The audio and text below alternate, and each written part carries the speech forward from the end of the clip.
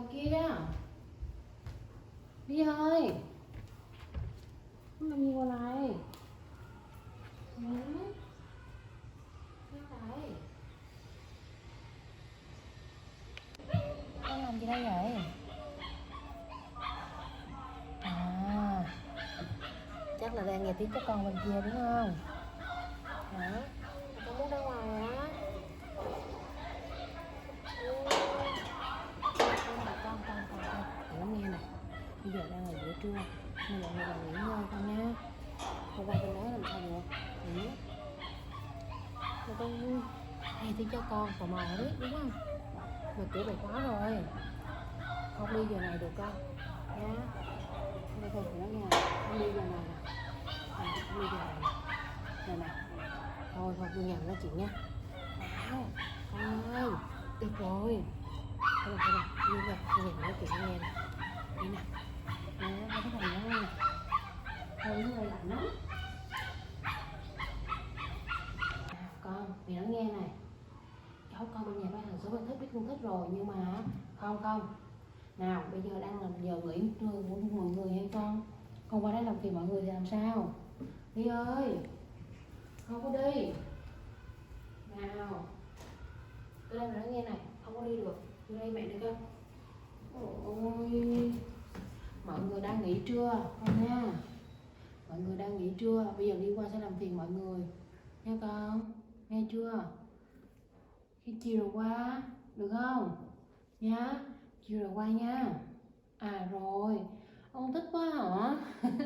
Ở nhà vừa không ai chơi với con hả?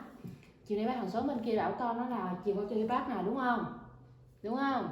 Ui ôi, còn cái mặt kìa. Thôi được rồi. Thôi con lên phòng con nằm nghỉ ngơi một tí đi con mới vừa nghỉ có một xíu thôi con ạ. Mới ngủ một tí xíu 15-20 phút chứ mấy. Con nằm nghỉ một tí không nhá. Đi ơi. Không. Không nào.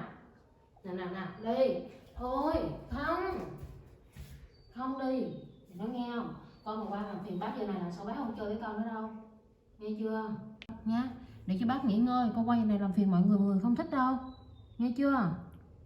Mà con lên ngủ một tí nữa đi. Mới nằm có một tí đã đi xuống rồi. Mấy em mê chơi quá cơ. Đi lên phòng với mẹ nào. Không bế nào. Đi. Trời ơi, suốt ngày mà đi chơi thôi. Mấy mẹ nào.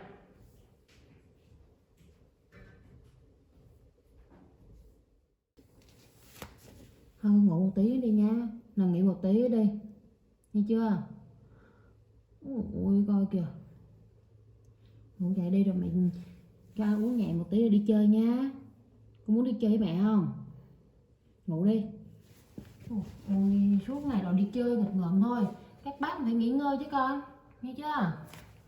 Nào, mình xuống ngủ với mẹ nào, không nghịch nữa. Bảo ngủ trưa đi cho tỉnh táo đi chơi mà không chịu gì hết à. Ngủ con nha.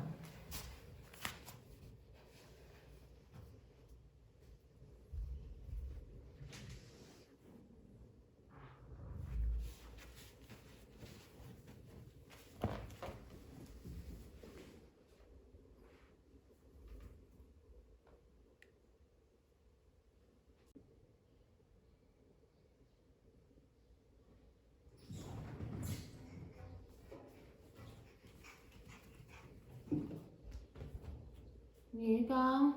Ôi trời ơi, đi đâu?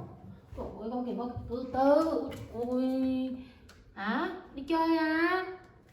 Ôi, suốt ngày rồi đi chơi thôi. Con không ngủ gì à? Hử? Trời ơi coi kìa. Rồi, đi chơi. Nghe bảo thế nào? Hả? Ngủ một tí đi dậy rồi đi chơi mà. Chứ sao chưa ngủ đi chơi? Hả con? Mẹ đi chơi quá không? Ôi coi kìa nào ok. Đi chơi à, rồi đi chơi. Thôi được rồi, vô đây mẹ lấy cho con ăn nhẹ đi mẹ rồi mẹ chạy đi chơi nha, không qua nhà hàng xóm được đâu. Đi con vô đây với mẹ nè, mình ngợm quá cơ.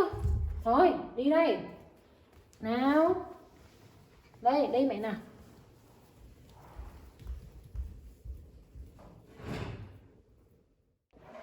Gì thế con? Ra trái cây đâu này. Đóng tủ lạnh lại, ngồi xuống đây ăn nào.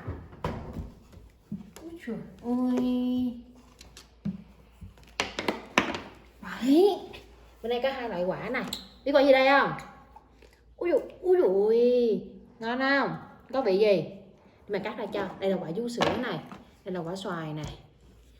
Đấy, các Kelly ăn thử nha.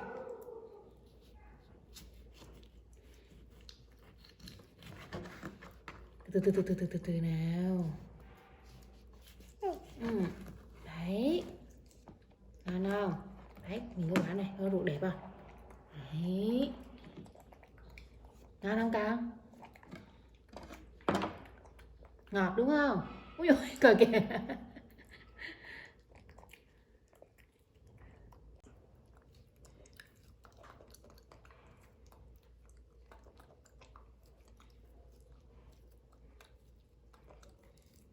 Tôi ăn kìa.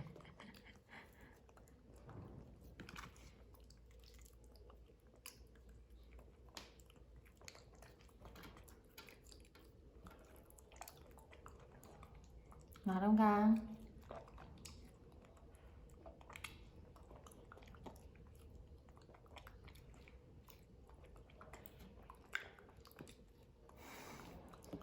Đi ăn ngon miệng thế.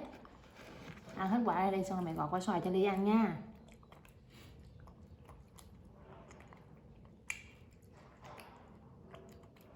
Ngon quá.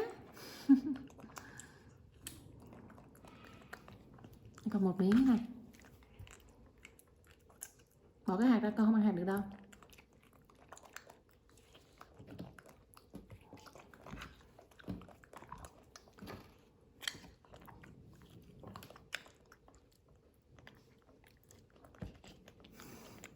Này còn ít thì con ăn nốt đi. Đấy, đúng rồi.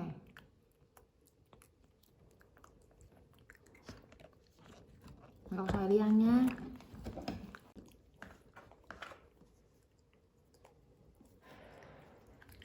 Hãy chờ mình tí nào.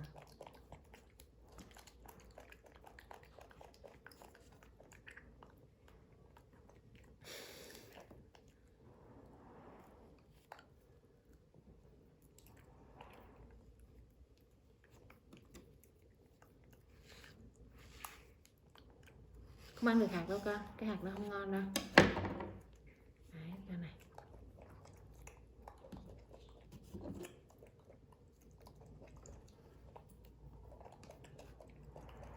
Ôi, hôm nay ăn ngon miệng thế á. Hay là ăn nhanh để mày chở Ly đi chơi đúng không? Không phải vội đâu con.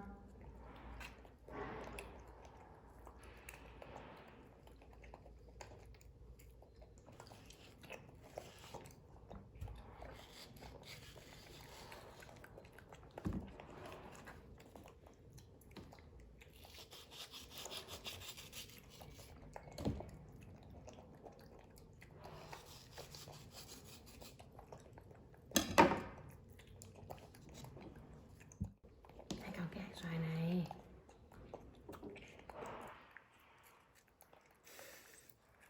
cứ vội vàng ăn.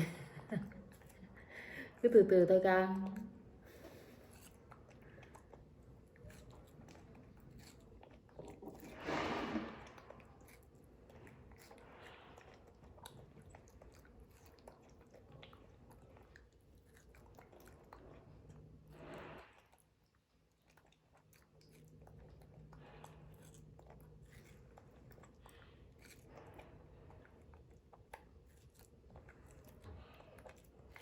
Xong chưa?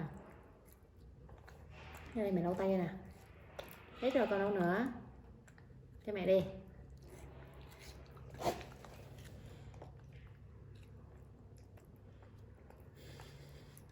Đây, cho mẹ lau tay cho nè.